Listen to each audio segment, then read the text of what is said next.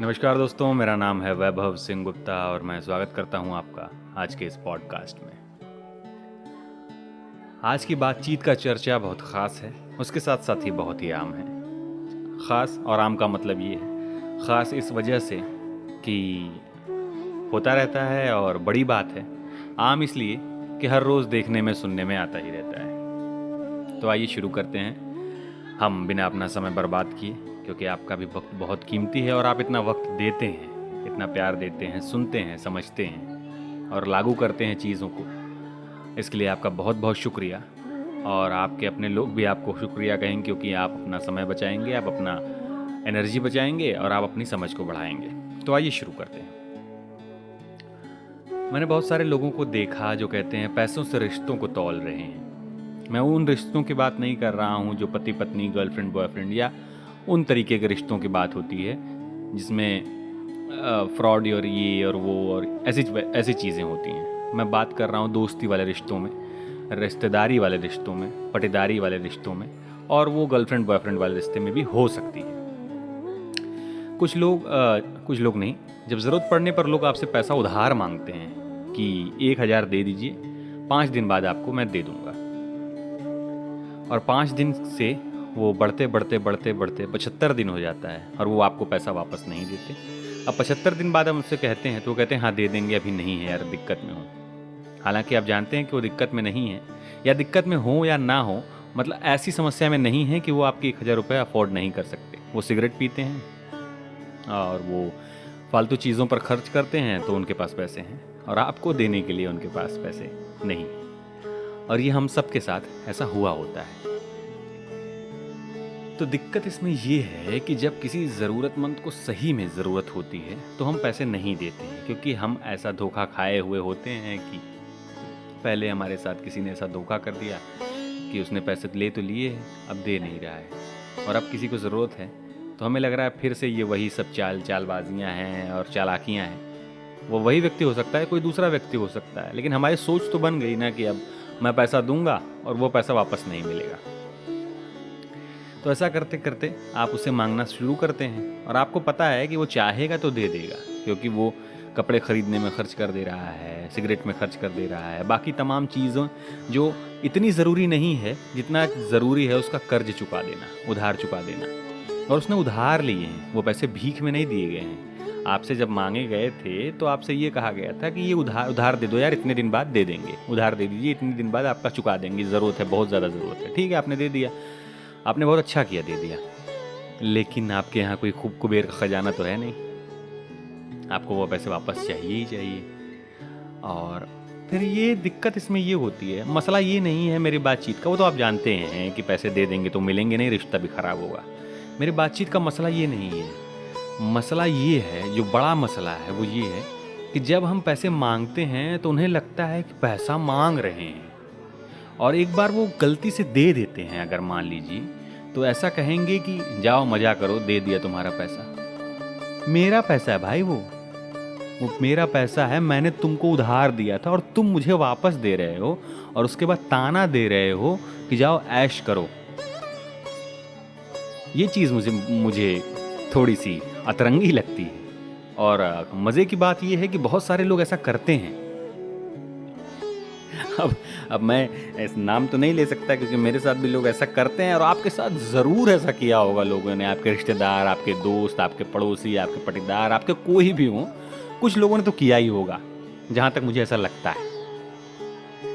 और हम उन लोगों में आते हैं कि हम उधार कभी कभार होने पर इसलिए दे देते हैं लोगों को कि चलो उसका काम है, हो जाएगा यार, मुसीबत में है, 1,000 रुपये की वजह से 500 रुपये या जितना भी हम संभव है हमारा देना, क्योंकि हम 10, 20, 50 करोड़ तो दे नहीं सकते, उतने तो है ही नहीं, तो देंगे उतने ही जितने हमारे पास हैं, कहीं से काट के, कहीं से बचा के, कहीं से इधर से उधर से करके दे देंगे, हमने दे देंगे। और फिर वापस आने में वो इतना नाटक होगा। तो आप ये समझ लीजिए कि उधार का पैसा है वो। अगर आप धर्म से समझना चाहें तो ये समझें कि उधार तो आपको चुकाना ही पड़ेगा, आप इस जन्म में चुकाएं या किसी और जन्म में चुकाना पड़ेगा। ये धमकी वाला टोन नहीं है सर। मैं आपको वो मतलब ऐसे धमकी वाले टोन में नहीं बताने का प्रयास कर रहा हूँ कि मैं तुमसे ले ही छोड़ूंगा, ये बॉलीवुड फिल्मों वाला कि बदला लेके रहूँगा, वो वाला नहीं है। मैंने उधार लिया है तो मेरा हक बनता है कि मैं आपको दे दूँ, या फिर मेरी स्थिति इतनी ख़राब हो उस समय कि आप खुद समझ जाएंगे कि यार बहुत ख़राब स्थिति है, अभी नहीं लेते हैं, बाद में उसके पास होंगे तो दे देगा। लेकिन ये वो अश्योर्ड है उधार देने वाला व्यक्ति कि आप इतने ईमानदार हैं कि आपके पास धन आते ही आप उसे दे देंगे। ये बड़ी बहादुरी का काम है, बड़प्पन का काम है कि दोनों पार्टियां एकदम निश्चिंत हैं। देने वाला निश्चिंत है कि आएगा और लेने वाला निश्चिंत है कि भाई देर हो जाएगी, अभी थोड़ी दिक्कत ज़्यादा है, मैं काट पीट के दे दूंगा लेकिन दे ज़रूर दूंगा।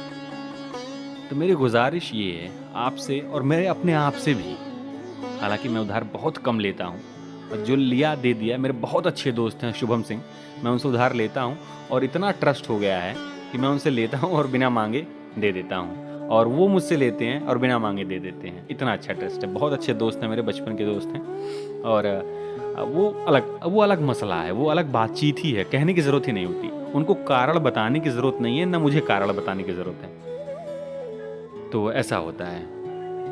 और मैंने उनसे बड़े अमाउंट्स लिए हैं कि यार इतना ज़रूरत है, दे दो, बहुत ज़रूरत है। बस उनके पास नहीं है। एक आध दो बार तो ऐसा हुआ कि अमाउंट बड़ा था, उन्होंने अपने पापा के अकाउंट से अपने में ट्रांसफ़र करवाया, मांगा उनसे और फिर मुझे दिया।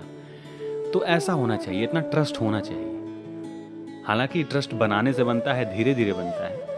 तो मैं एक गुजारिश करना चाहता हूँ आज के पॉडकास्ट के माध्यम से कि आप जब किसी का उधार लें तो ज़रूर दे दें, क्योंकि धर्म के तरीके से देखें अगर आप, तो आपको चुकाने तो वो पड़ेंगे। शास्त्र, मुझे इतना ज्ञान नहीं है, मैं उतना ज्ञानी नहीं हूँ, लेकिन जितना मुझे समझ है छोटी सी, थोड़ी सी, मैं ये समझता हूँ कि आपको उधार तो वो चुकाना पड़ेगा। अब आप इस जन्म में चुका दें, अगले जन्म में चुका दें, या अगर बेईमानी कर जाते हैं आप, तो शास्त्र की आज्ञा के अनुसार आपको उसका फल भुगतना पड़ेगा।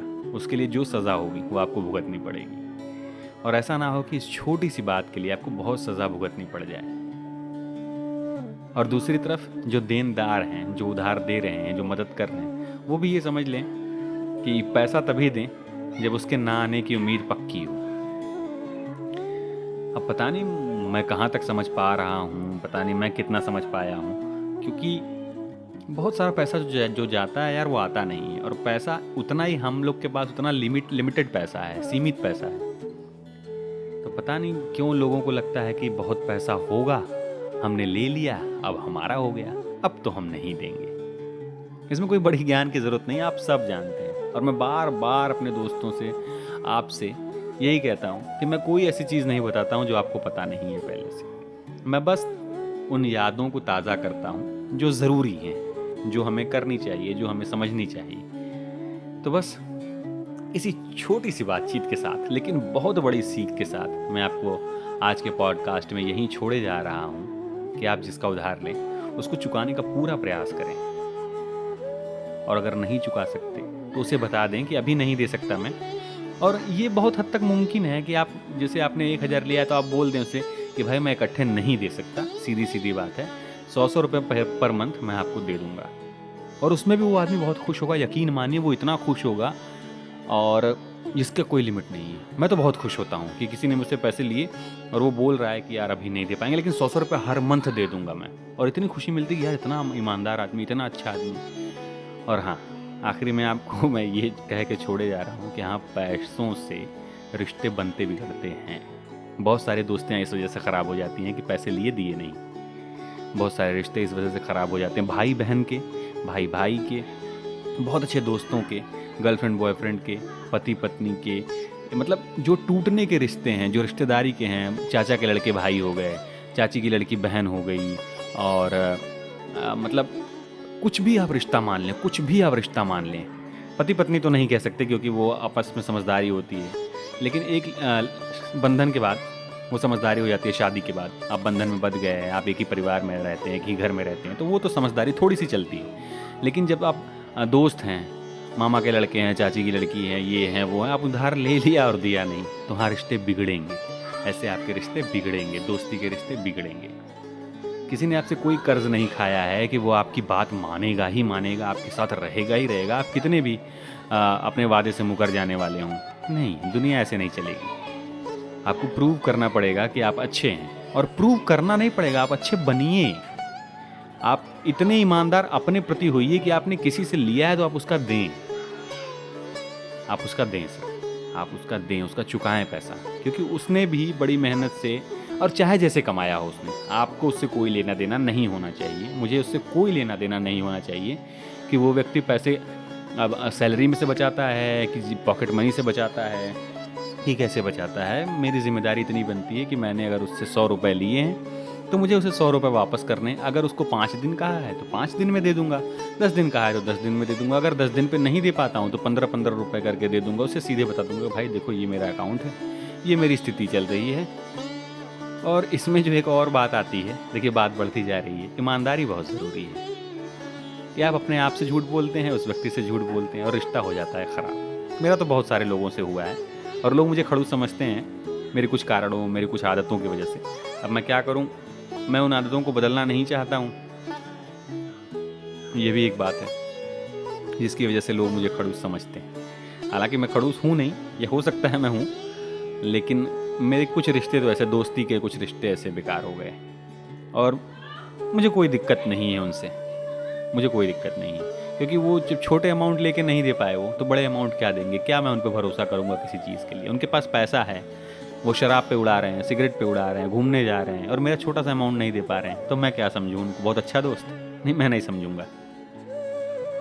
तो ठीक है, इसी बात के साथ मैं आपको छोड़े जाता हूँ। आप भी अपनी राय ज़रूर बताइएगा कि क्या लेन देन के मामले में रिश्ते टूट जाते हैं या चलते रहते हैं, या 1 बार 2 बार 3 बार 5 बार भी धोखा खाने के बाद हम उन रिश्तों को बरकरार रखें या ना रखें। आप अपनी राय ज़रूर बताइएगा और मैं आपसे उम्मीद करता हूँ आपकी राय मुझसे बेहतर होगी, क्योंकि आपकी समझ बेहतर है। आप शायरी देखते हैं, पढ़ते हैं, सुनते हैं, गज़लें सुनते हैं और आप अच्छे व्यक्ति हैं। आप उधार चुकाना जानते हैं, आप कर्ज चुकाना जानते हैं, क्योंकि आप अंदर से अच्छे हैं। बस इसी एक विश्वास के साथ मैं आपको यहीं छोड़े जाता हूँ। मेरा नाम है वैभव सिंह गुप्ता और आप सुन रहे थे मेरा यह पॉडकास्ट।